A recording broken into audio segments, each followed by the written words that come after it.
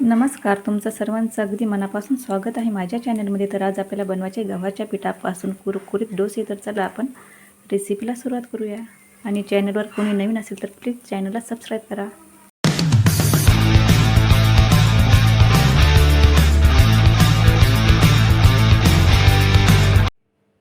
आज आपल्याला गव्हाच्या पिठापासून एकदम जबरदस्त टेस्टी आणि कुरकुरीत नाश्ता बनवायचा आहे. त्यासाठी 1 वाटी गव्हाचं पीठ घेतलेलं आहे. लाल मिरची आहे, ही मिक्सरमधून बारीक करून घेतलेली आहे.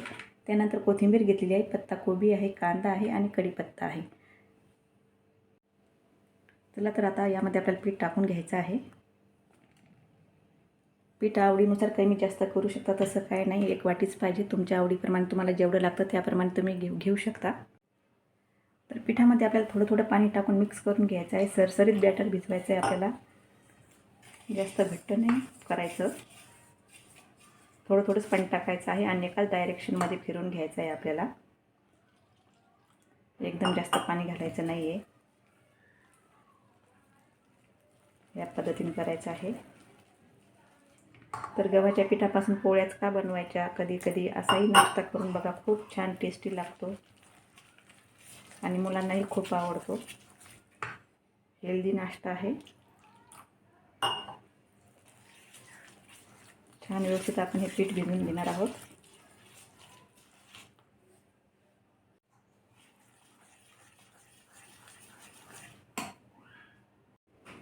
तर छान आपला बॅटर रेडी झालेला आहे, बघू शकता तुम्ही. तर यामध्ये घालायची आपल्याला मिरची,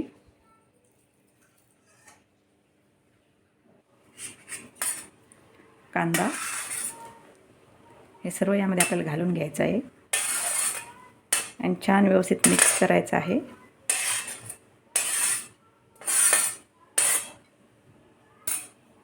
तर छान मिक्स करून घेऊया आपण. आता आपल्याला करायची आहे फोडणीची तयारी. तर फोडणीची तयारी करूया.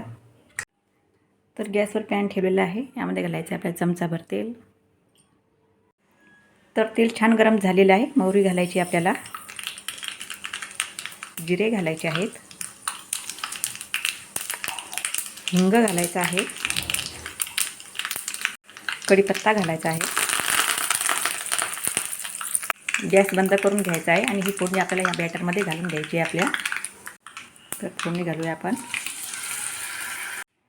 चवीनुसार मीठ घालायचं आहे, चमचाभर मीठ घालते मी आणि व्यवस्थित छान आपल्याला मिक्स करून घ्यायचं आहे. तर छान मिक्स करून झालेलं आहे. तर गॅसवर पॅन ठेवलेला आहे गरम होण्यासाठी. तर थोडंसं तेल टाकायचं आहे आपल्याला आणि ब्रशने छान पसरून घ्यायचं आहे. तर आपलं तेल लावून झालेलं आहे. आता आपण बॅटर ओतून घेऊया. साईडने टाकायचं आपल्याला पहिले सुरुवातीला आणि नंतर मध्ये टाकायचं आहे.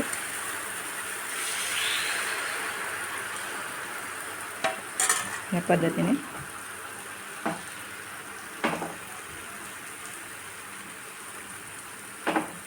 आणि कमी गॅसवरच आपल्याला होऊ द्यायचं आहे. मीडियमपेक्षा कमी ठेवायची आहे, जास्त मोठी किंवा मीडियमही फ्लेम ठेवायची नाही आपल्याला गॅसची. तर बॅटरमध्ये मी परत थोडंसं पाणी टाकलेलं, बॅटर थोडंसं दाटसर दिसत होतं त्यामुळे. आणि छान आपल्याला एक कुरकुरीत होऊ द्यायचं आहे, तरच आपण हे पलटी करणार आहोत. कलर चेंज झालेला पाहिजे, ब्राऊन कलर आलेला पाहिजे, वरतून दिसेल आपल्याला. तर बघू शकता छान कलर चेंज झालेला आहे आणि कढाई छान सुटलेली आहे साईडच्या, बघू शकता तुम्ही.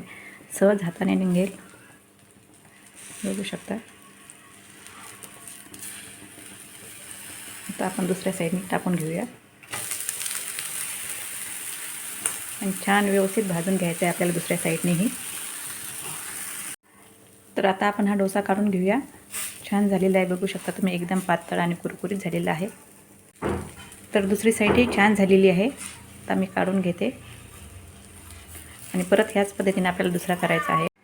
तर परत थोडंसं तेल टाकून घेते. तेल नाही टाकलं तरीही चालेल, चिटकत नाही डोसे नॉनस्टिक तव्याला. आणि छान हे पसरून घ्यायचं आहे. तेलामुळे छान चव येते, त्यामुळे टाकत आहे मी. बॅटर टाकून घ्यायचं आहे आपल्याला.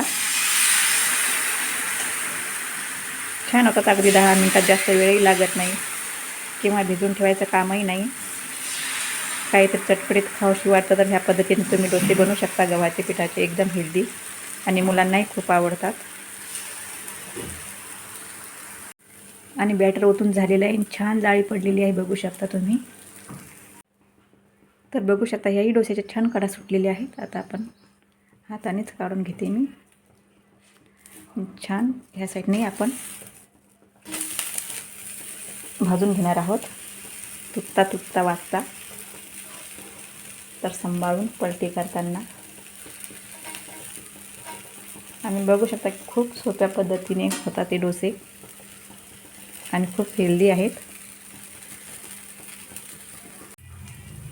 तर बघा आता आपण दुसरी साईड झाली का, तर झालेली आहे छान. आता आपण हा पण काढून घेऊया आणि ह्याच पद्धतीने मी सर्व डोसे तयार करून घेणार आहे. तर इथे आपले डोसे रेडी झालेले आहे. सोबत टोमॅटोची चटणी आहे. तुम्ही डोसे नारळ चटणीसोबतही खाऊ शकता किंवा टोमॅटोच्या चटणीसोबतही खाऊ शकता. खूप छान लागतात. आणि आपले एका वाटी पिठापासून 6 डोसे रेडी झालेले होते. तर 2 डोसे मुलांनी खाल्ले. तर कसे झाले डोसे नक्की कमेंट करून सांगा आणि आवडल्यास माझ्या चॅनलला लाईक करा, शेअर करा आणि सबस्क्राईब करायला विसरू नका. धन्यवाद.